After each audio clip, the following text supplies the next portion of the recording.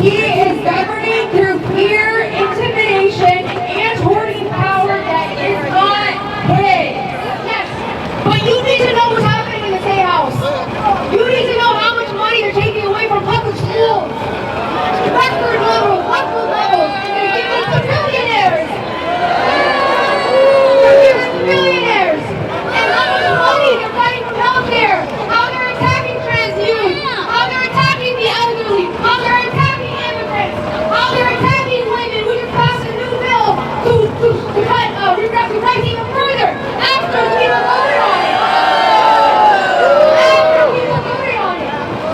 So don't let this just be a moment. Let this be a movement. Shout, vote them out. Come up here and shout, vote them out. Come up here and shout, vote them out. Look, if you're attacking Sesame Street, you might be on the wrong side of the issues.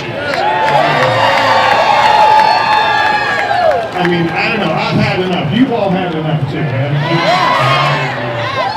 you? And these same people who consider themselves royalty and the rest of us their subjects are dead set against anyone thinking they're going to vote their way out of any amount of this mess they have created, and that's why they keep making it harder to vote. 5 on 5. Yes, on 5 on 5. You're in the city of Columbus. And I want to say it's another chance. No ICE, no KKK, no fascist USA, no ICE, no KKK. I may be permanently and totally disabled, but I'm not a sucker, I'm not a loser.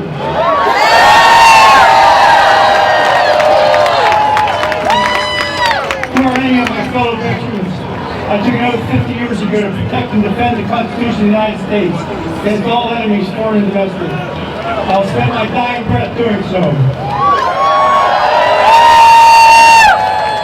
I never thought that we would have to defend the Constitution against domestic enemies. But today, America is sleepwalking to fascism, led by self-serving chicken hawks in Washington, wearing expensive suits and uniforms with stars on them. I'm concerned because these elements of fascism are emerging in America today, just as they did 90 years ago in Adolf Hitler. Let's take a minute and just remember what these soldiers and their families sacrificed.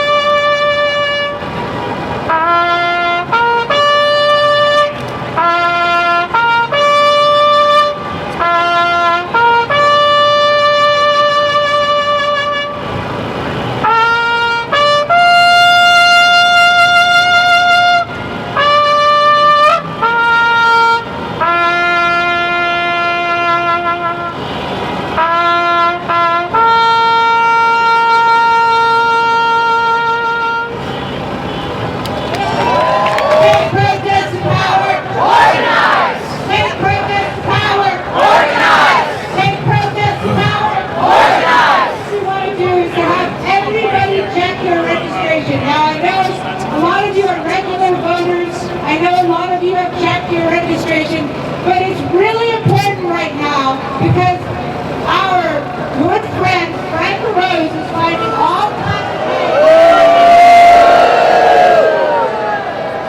What, you guys don't like Frank LaRose? And tell your friends to make sure they're vote ready by April 6th. Because democracy is not a spectator sport, especially not right now. Why do we resist? Because things won't change until we change them. Why do we resist? Because our babies learn how to fight when they watch us fight. Why do we resist? Because 200 some odd years ago, we already decided that we don't want a king.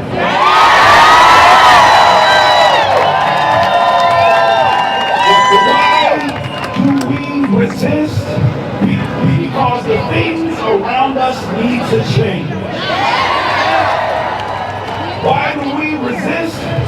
Because if we're not careful, what happens now will become the norm. And I don't know how you feel about it, but it won't happen on my watch. It won't happen on my watch. Change for the better. Democracy can be saved. The public can be redeemed. But we must still resist.